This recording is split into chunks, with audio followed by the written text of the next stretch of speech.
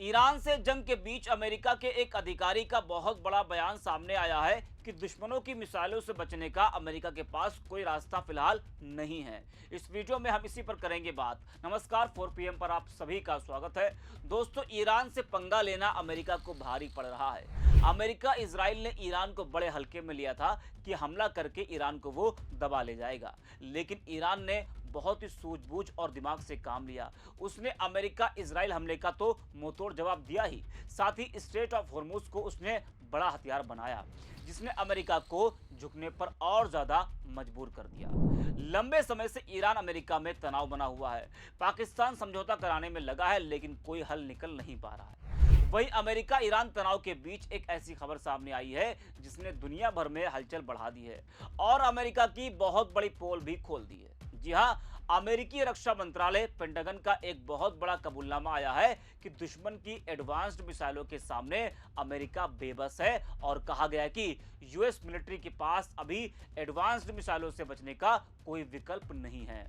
हालांकि पेंटागन ने ईरान का नाम तो नहीं लिया, लेकिन दुश्मनों की बात पेंटागन ने की है तो दुश्मन तो सबसे बड़ा इस वक्त ईरान ही है और उसके पास भी एडवांस्ड मिसाइलें हैं और चीन भी कहीं ना कहीं अंदर खाने ईरान की मदद कर रहा है। तो ईरान की ताकत और ज्यादा बढ़ी है। भले ही अमेरिका साफ साफ ना कह पा रहा हो, लेकिन ईरान के आगे अमेरिका कमजोर दिखाई दे रहा है। जी हां, एनबीटी की खबर के मुताबिक अमेरिकी रक्षा मंत्रालय पेंटागन के एक वरिष्ठ अधिकारी ने माना है कि यूएस मिलिट्री के पास अभी हाइपरसोनिक हथियारों या रूस और चीन जैसे दुश्मनों के पास मौजूद एडवांस्ड क्रूज मिसाइलों से बचने का कोई विकल्प नहीं है।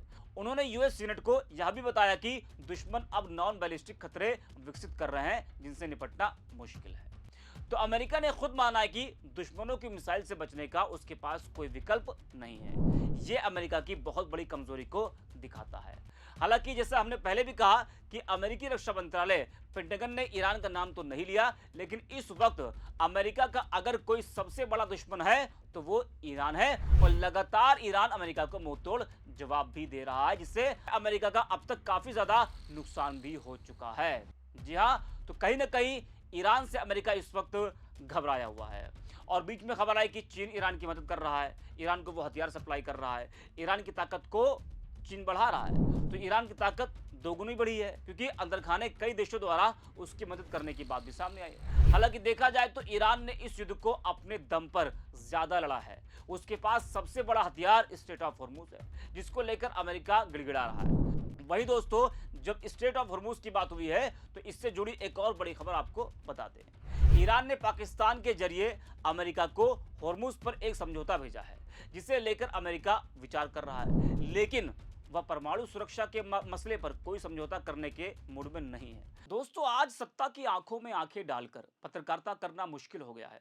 हमारे 4 PM नेशनल यूट्यूब और फेसबुक चैनल को, जिसे आपका प्यार और विश्वास हमेशा से मिलता रहा, उसे बंद करके सरकार ने यह साबित कर दिया है कि वो आपके सवालों से कितना डरती है।